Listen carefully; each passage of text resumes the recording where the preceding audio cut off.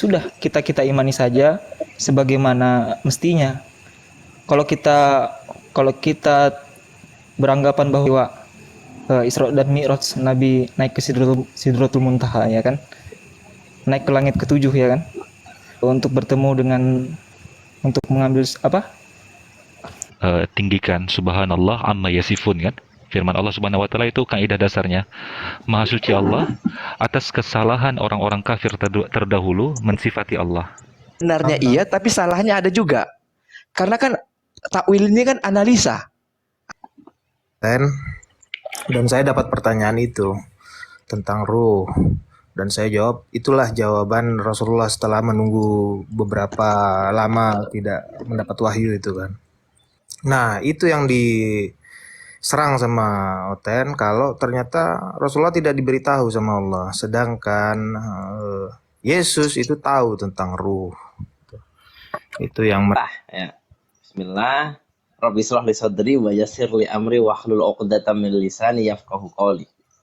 Jadi yang pertama dalil tentang ketika Fir'aun tidak percaya kepada Nabi Musa bahwa Tuhannya ada di atas. Dia meminta Haman untuk membangun bangunan dari batu bata naik meninggi ke atas. Dia ingin lihat Tuhannya Musa katanya. Nah, ini yang pertama. Berarti Nabi Musa pasti mengatakan bahwa Tuhannya ada di atas. Dan Fir'aun nggak percaya. Nah, ini yang pertama. Yang kedua, ketika Nabi Allah berfirman, ketika bersinggungan dengan Nabi Isa, Allah mengatakan, Allah berfirman, "A'udzubillahi minasyaitonirrajim, wa rafi'uka ilayya," dan aku mengangkatmu kepadaku. Berarti di atas ini kan. Itu yang kedua. Yang ketiga, kenapa masjid yang tersuci bagi umat Islam yang ketiga namanya Aqsa? Aqsa dalam bahasa Arab bermakna dua. Bisa bermakna di balik, berarti sejajar, bisa bermakna di bawah. Dinamakan Masjidil Aqsa, artinya di bawahnya pintu langit. Oleh karenanya Nabi Muhammad SAW tidak langsung diangkat dari Mekah. Kenapa? Karena pintu langit itu tepat di atasnya Al-Aqsa. Makanya beliau juga ke situ. Berarti menunjukkan bahwa Allah itu di atas. Dan seperti itu. Kemudian selanjutnya bahwa apalagi satu ya. Betul kata Bang Azam bahwa tidak selamanya yang di atas itu. Tunggu. Mana aksa itu aksa itu maknanya abad, paling jauh dari bahasa Arab. Bang Ali. Wajiha min aqsal madinati. Dan mereka mendapati di belakang pintu gerbang kota di dalam surah Yusuf. Iya, belakang bisa. Tetapi aksa itu secara penggunaan, kenapa dinamakan Al-Aqsa? Karena bukan karena di bawah pintu langit. Itu dari mana itu narasinya? Iya, saya dari guru saya, Bang Ali. Dari guru saya. Beliau lulusan Madinah. Aqsa artinya di bawah pintu langit. Min Aqsal Madinah itu bukan berarti apa? Itu dari pojok kota, dari pojok kota yang tradisional gitu. Bentar dulu. Artinya, tadi yang pertama Nabi Musa. Ya, Nabi Musa tidak dipercayai perkataannya oleh Fir'aun bahwa Tuhannya di atas. Ya, berarti Musa mengingkari bahwa Allah di atas. Yang kedua Allah mengatakan wa rafi'uka ilayya, dan aku mengangkatmu ke hadiratku di atas itu.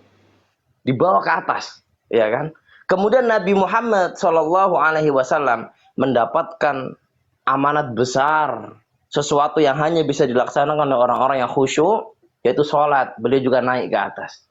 Kemudian Allah juga mengatakan, syahru Ramadana alladhi unzila fihil Qur'an. Ini Allah menggunakan kata unzila dari kata nazzala yang artinya turun dari atas. Wa nunazzilu minal Qur'ani ma huwa syifa. Dan hikmah dari diturunkannya Al-Qur'an adalah obat. Nah, Quran kalamullah atau bukan? Quran kalamullah ternyata turun dari ketinggian. Ini menunjukkan bahwasanya Allah yang berfirman ada di atas kita. Itu rentetan dalil. Dan saya tutup. Saya setuju dengan Bang Azam bahwa tidak selamanya yang di atas itu harus lebih kecil daripada yang di bawah. Buktinya langit lebih besar daripada bumi. Dan langit yang kedua lebih besar daripada langit yang pertama. Terus sampai langit ketujuh, sampai arsy lebih besar. Dan Allah di atas itu lebih besar dari segalanya. Mohon maaf sekali. Orang yang mengingkari Allah ada di atas, mohon maaf. kok sama dengan Firaun gitu loh. Nggak percaya kalau Allah di atas gitu. Kurang lebihnya sudah jadi saya. Oke, baik. Saya berikan kesempatan kembali kepada Bang Neflos ya sebelum ke Bang Al. Bang Neflos, Yuk, silakan. Setelah mendengar beberapa argumen tadi. ya begini, Bang Indra, mohon maaf ya.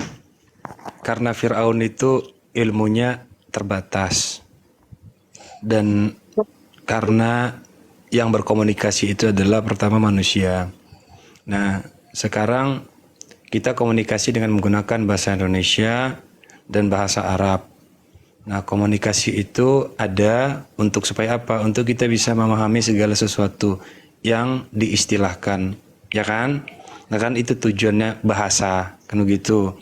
Nah, kadang-kadang istilah ini terikat dengan makna yang sifatnya itu berdiri sendiri atau makna tunggal.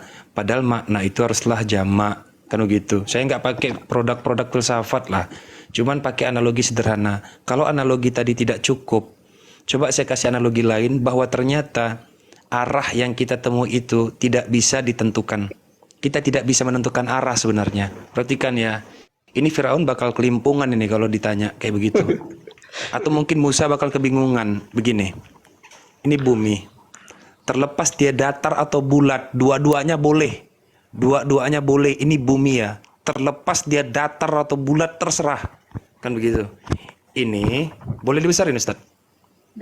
Oke. Siapa nih? Akhi Nahi Mungkar, saya ganti sebentar ya. Ada yang mau naik dari tadi udah minta di bawah. Nggak apa-apa, nggak apa-apa. Oke. Oh, sekali boleh Bang Levos, nggak apa-apa. Biar saya aja yang turun. Sebelum saya turun, perlu saya kasih tahu buat Bang Levos. saya aja, Bang. Habis ini saya langsung turun. Nggak apa-apa, nggak apa-apa, Kasih tahu Abi. juga alasannya saya turun kenapa.